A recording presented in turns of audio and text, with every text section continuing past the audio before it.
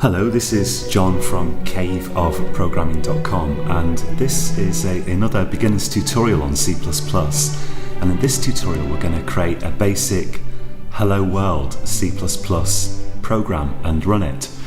So I'm going to explain a lot of kind of things to you in this tutorial, but there's no need to memorize everything I'm saying here. I'm just going to begin to introduce you to some ideas. And the important thing here is, after this tutorial, to go away and create your own Hello World C++ program.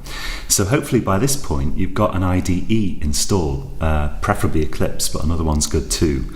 And you've got a compiler installed. And if the two are not talking to each other properly, then this is the point at which you'll probably find that out. And you'll have to go away, do some Googling, and figure out how to tell your IDE where the compiler is.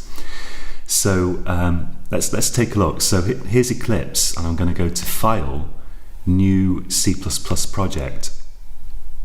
And if you're using like another IDE like Visual C++ or something, then you might have to use a different menu option. But usually with C++, in your IDE, you create a project first. And that's not a C++ concept, that's to do with your IDE. It's a way of organizing your files. So you create a C++ project in your IDE, and then you can add C++ files to it. Let's give this project a name, and I'm going to call it Hello World. And in Eclipse here, I'm going to select Hello World C++ project as this option here. And all IDEs, as far as I know, they will provide you with a way of creating a Hello World project automatically, which is good, because believe me, just getting a basic C++ program running is a huge achievement. And when you've done this, in my opinion, it's sort of, if anything, gets slightly easier from here on in. So I'm going to create a Hello World C++ project, and I'm just going to click Next here. You can go through all these screens if you want. Let's just step through them, or you can just click Finish straight away. Let's go Next. And here we've got debug and release targets, which I'm going to talk about in a little while. And I'm just going to click Finish. So here's the project, and we can already run this. And to actually run it, in some IDEs you can just click the Run button straight away. In this version of Eclipse, we've got to go to Project and Build Project. So when you create a C++ project, you need to build it. Building it basically means doing all the steps that are involved in taking your text file and turning it into a program. That's called building it. So, and there are several steps involved, but your IDE will do those automatically for you. So we need to build the project, and we can then run it. So I can now click Run, this green Run button here in Eclipse. And we can see it says Hello World down here. So we've actually run a C++ program. And that text is actually coming from here. You can see there are two double quotes here. And a good thing to do is replace the text between the double quotes with something else. Let's say, Hello there, world. So between the double quotes, it's just ordinary English text. You can use most characters there, with a few exceptions.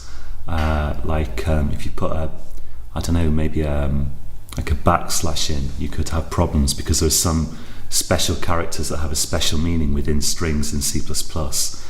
But basically you can put pretty much anything in there. Maybe even just the backslash, actually, just to come to think of it. That might be the only problem. Let's run that again. Now it's already built, Eclipse will let me run this program by just clicking the Run button. And it asks me if I want to save it, so I say yes. And it's just going to build it, automatically rebuild it and run it. And it says Hello there, world again. Now if you're using a different compiler, this could look slightly different. The return 0 could be missing. This might say void instead of int. There might be stuff between these two brackets. iostream here, that stands for input output stream. It might be iostream.h. It's possible that even this might be missing. So it might look a little different. And that's a great thing about getting your IDE to generate it automatically, that it's going to generate one appropriate for your compiler. And the main program, this is the main function, we call it, is one of the areas in which there's some diversity from compiler to compiler in C++. This would probably work with most compilers, if not all, but it's not completely sure. So having done that, let's take a little bit of a look at this. And as I say, the take-home thing for this tutorial is to get your compiler to generate this program and then run it, figure out how to do that. And if it doesn't work at this point, if you get some weird messages, make sure you've got your compiler installed, and then just Google for how to get your IDE to link to that compiler that you've installed. And that's going to be a little different depending on what platform you're on and what compiler and IDE you're using. For me, it was very simple. I didn't have to do any configurations, as far as I can recall. I just installed the GNU C++ compiler on the Mac, and I just unzipped Eclipse, downloaded it and unzipped it, and somehow it found it. But that's not necessarily going to be the case on other platforms, so I can't give specific instructions, but it's really important to get into the habit of Googling stuff like this. So one really good thing to do is to type this out yourself from scratch. And at that point, if you're anything like me, you will make some terrible mistakes and it won't work, and you'll have to refer back to, you can take a copy of this, put it in Notepad or something, and refer back to that copy, and then you can see what you've missed out, what you've done wrong, which is a very, very valuable thing to do. So let's see if we can reconstruct this from scratch. So the first thing that was in there was just a comment, and I don't know exactly what it said, but in C++, if you type 2 forward slashes like this, these are forward slashes, then you can type whatever you like on the same line after it. So I could put hello world, and it's just a comment to yourself. And people always say, programmers, that commenting your code is very, very important, and it is, but almost every programmer I've known was lazy about it, to be honest with you. And also sometimes you end up writing comments, changing the code, and you forget to change the comment, and then the comment is nothing but a confusion. So I don't know, I'm not a big commenter, but I try to make comments if I type some code that I'm then going to look at later and think, what the hell is that supposed to do? It's really helpful to type some comments before. So you could have more comments there, a basic program. You can put them wherever you like, as long as they start with these forward slashes. But don't worry about memorizing this. We'll be looking at it again, and you could just miss those out, of course, as well. And the next line was it started with a hash sign, and it said then include immediately after the hash sign, and then we had an open and close like diamond bracket. And these brackets in C++, they always come in pairs, pretty much always. So whenever you type an opening bracket, you should always put the closing bracket in immediately, and your IDE will usually do that for you. And if it doesn't, it's really important to make sure that you start off with a pair of brackets, and then inside these brackets we're going to type IOStream, lowercase. Again, C++ is case sensitive, so you need to get the case of things correct. And what this is actually doing, you won't understand most of what's in this basic program until you've been doing C++ for a while. We're going to have to look at more concepts before you can understand the basic Hello World program. But I'm going to just make some remarks just to begin to get you used to it. And what this is actually doing is it's actually an instruction to take a file called IOStream and actually literally put it in this file, or like some copy of this file, before compiling it, before turning it into an actual program. So you don't see that happening, it happens behind the scenes, but we're actually picking up another file and bunging it in here, almost literally. And then we're going to say using namespace standard, it's actually std, and then a semicolon. And in C++, a lot of what you're typing will consist of statements, and a statement has to finish in a semicolon. Not everything is a complete statement though, but basically in C++ you have to get into the habit, as in Java, of typing semicolons at the end of most lines. So there isn't one here. This for some reason is not considered a statement, sorry, this one, but this is, and it has to have a semicolon at the end of it. And often when you start out you'll just miss out the semicolons by mistake, but gradually you get used to putting them in because you need them. And then following that we had int and main. Int is a type declaration. We'll talk about that very shortly. Main is the name of a function, a subroutine, and then we're going to have 2 round brackets. So again, I put the opening and closing one in at the same time. Even if you're going to type stuff between the brackets, put the closing one in where you have the opening one. Immediately put the closing bracket in after typing the opening one. And then again, another illustration of this is we now have 2 curly brackets. So an open curly bracket, and if I hit return, Eclipse here is putting the closing curly bracket in for me immediately. And if it doesn't, if you're using an IDE that doesn't do that, well, probably get another IDE, but type it yourself. Always have pairs of brackets. Then the next line was like this. It said cout, which is technically an object, but again we'll get onto that. And then 2. This is actually called, these 2 here, although it's the same symbol as this, here this is not these are not considered brackets.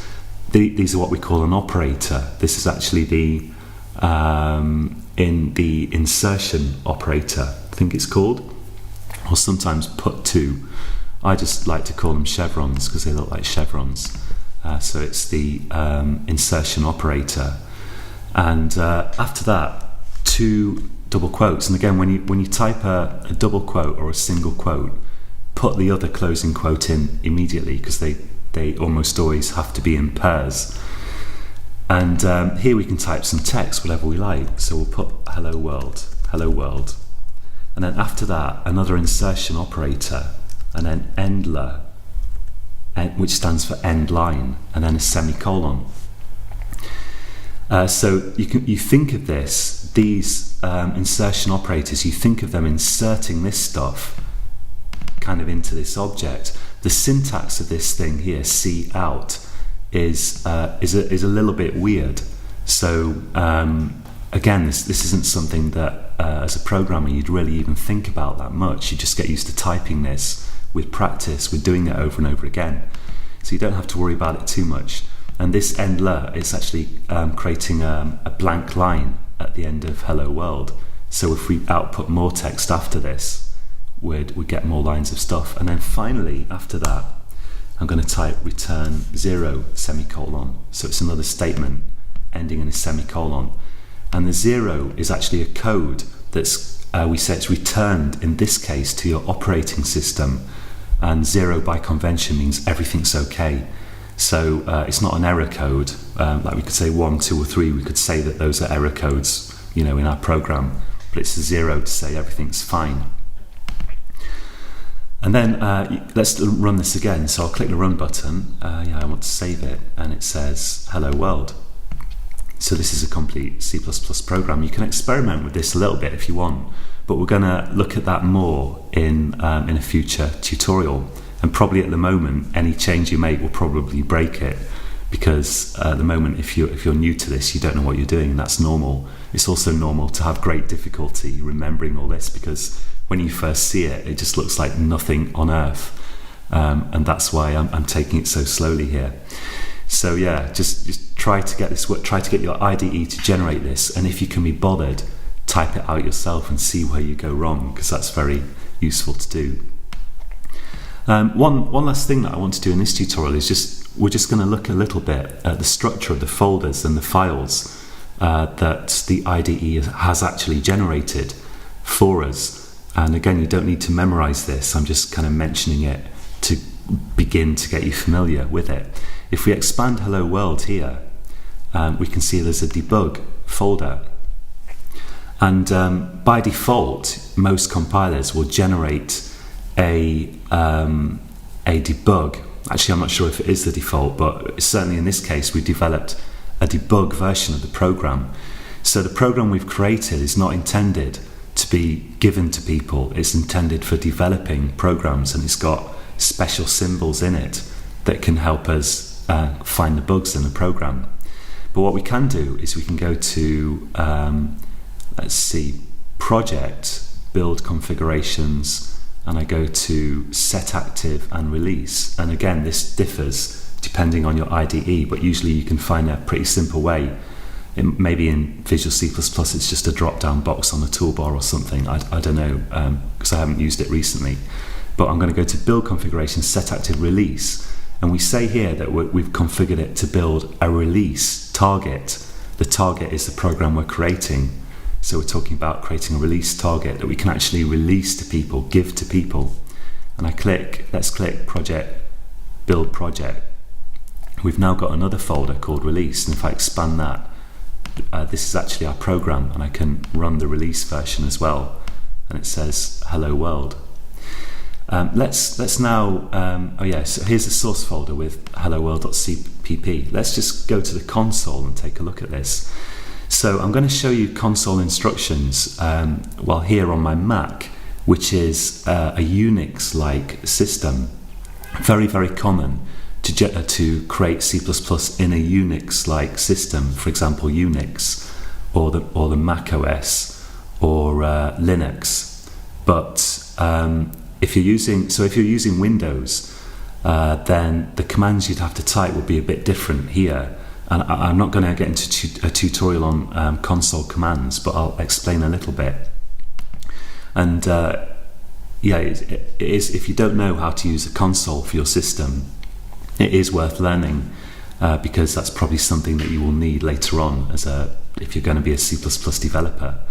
So let's go to the terminal here in the Mac, and in Windows it's called the Windows console. And you used to be able to start it by going to the Start menu, and then in one of the submenus there was something called Command CMD, or you could go Run Command CMD. But anyway, so I'm just going to go to this program here. I'm going to click on the program folder, the root folder, go and right-click and go to Properties and Resource here, and there you can see where the project's actually created. So I'll just copy that. Copy this path, and I'm going to go to the terminal, and I'm going to type CD, and in double quotes let's paste in that path. So this will look a little different on Windows, but on Windows it's also CD, I think, change directory, and hit return. And then I'm going to do ls. On Windows it will be dir, dir. And here we can see the contents of my project folder.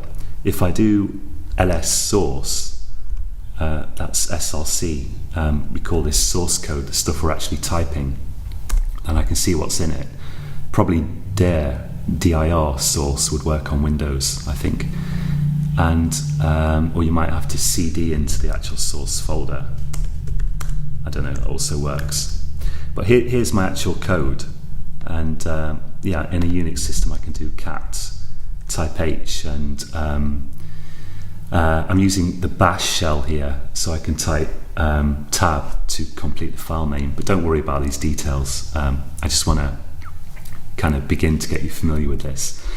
And so there's my program. Let's go back, cd space ... I think on Windows there's no space after cd, but anyway, so we're in the root folder, and let's take a look at the release folder. So I'll say cd space release and ls, and we can see in here we've got, this is actually the program. It's not really good to have spaces in the name of a program, so if you release that you might want to rename it to get rid of the spaces, but I can run it. On Windows you probably just type the name of it, possibly in double quotes if it's got spaces. On Unix type systems we need / and hello world usually. And it's actually, it's prefixed the space with a / to escape it, but anyway. And if I hit return, there it actually runs.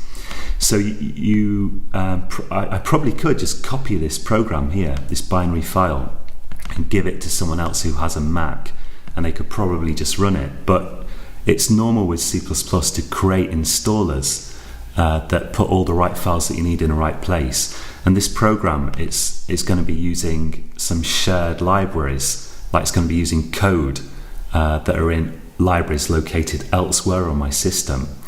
And the end user might not have those libraries, I don't know.